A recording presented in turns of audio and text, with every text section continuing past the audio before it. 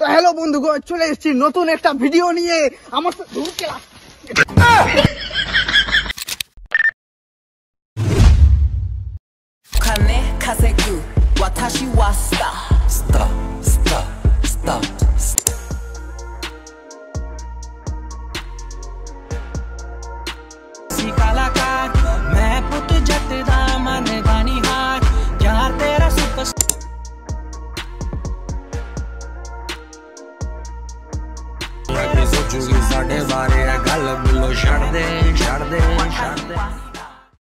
Hello everyone, welcome back to another video. So আজকের এই ভিডিওতে আমরা এরকম স্ট্যাটাস ভিডিও ক্রিয়েট করব অ্যালার্ট মোশন অ্যাপের মাধ্যমে।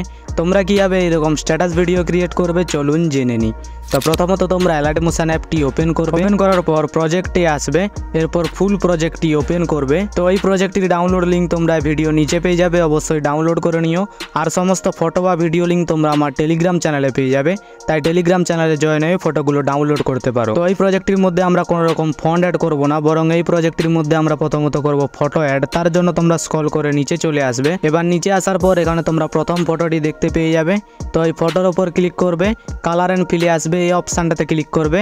এরপর গ্যালারি থেকে যে কোনো একটি ফটো সিলেক্ট করবে, প্লাস আইকনে ক্লিক করলে ফটোটি অ্যাড হয়ে যাবে। তো এরপর এখান থেকে ব্যাক আসবে। তো ব্যাক আসার পর তোমরা চলে আসবে 9.17 সেকেন্ডে। তো এখানে তোমাদের একটা কথা বলে দিই, এ ডবল বিটমার্ক থেকে শুরু করে এ ডবল বিটমার্ক পর্যন্ত একটা ফটো থাকবে, আবার এ ডবল বিটমার্ক থেকে শুরু করে এ ডবল বিটমার্ক পর্যন্ত একটা ফটো থাকবে, আবার এ ডবল বিটমার্ক থেকে শুরু করে এ ডবল বিটমার্ক পর্যন্ত একটা ফটো থাকবে। তো এরকমভাবে তোমরা ফটোগুলো অ্যাড করবে। তো কীভাবে করবে দেখিয়ে দিচ্ছি। চলে আসবে 9.17 সেকেন্ডে। এবার 9.17 সেকেন্ডে আসার পর ফটোর উপর ক্লিক করবে, কালার অ্যান্ড ফিলে আসবে, এই অপশানটাতে ক্লিক করবে। এরপর গ্যালারি থেকে যে কোনো একটি ফটো সিলেক্ট করবে, প্লাস আইকনে ক্লিক করলে ফটোটি অ্যাড হয়ে যাবে। তো এরপর এখান থেকে ব্যাক আসবে। তো ব্যাক আসার পর পরবর্তী ফটোটার উপর আসবে, ফটোর উপর ক্লিক করবে, কালার অ্যান্ড ফিলে আসবে, এই অপশানটাতে ক্লিক করবে। এরপর গ্যালারি থেকে সেম ফটো সিলেক্ট করবে, প্লাস আইকনে ক্লিক করলে ফটোটি অ্যাড হয়ে যাবে। তো এরপর এখান থেকে ব্যাক আসবে। ব্যাক আসার পর পরবর্তী ফটোটার উপর আসবে, ফটোর উপর ক্লিক করবে, কালার অ্যান্ড ফিলে আসবে, এই অপশানটাতে ক্লিক করবে। এরপর গ্যালারি থেকে সেম ফটো সিলেক্ট করবে, প্লাস আইকনে ক্লিক করলে ফটোটি অ্যাড হয়ে যাবে। তো এরপর এখান থেকে ব্যাক আসবে।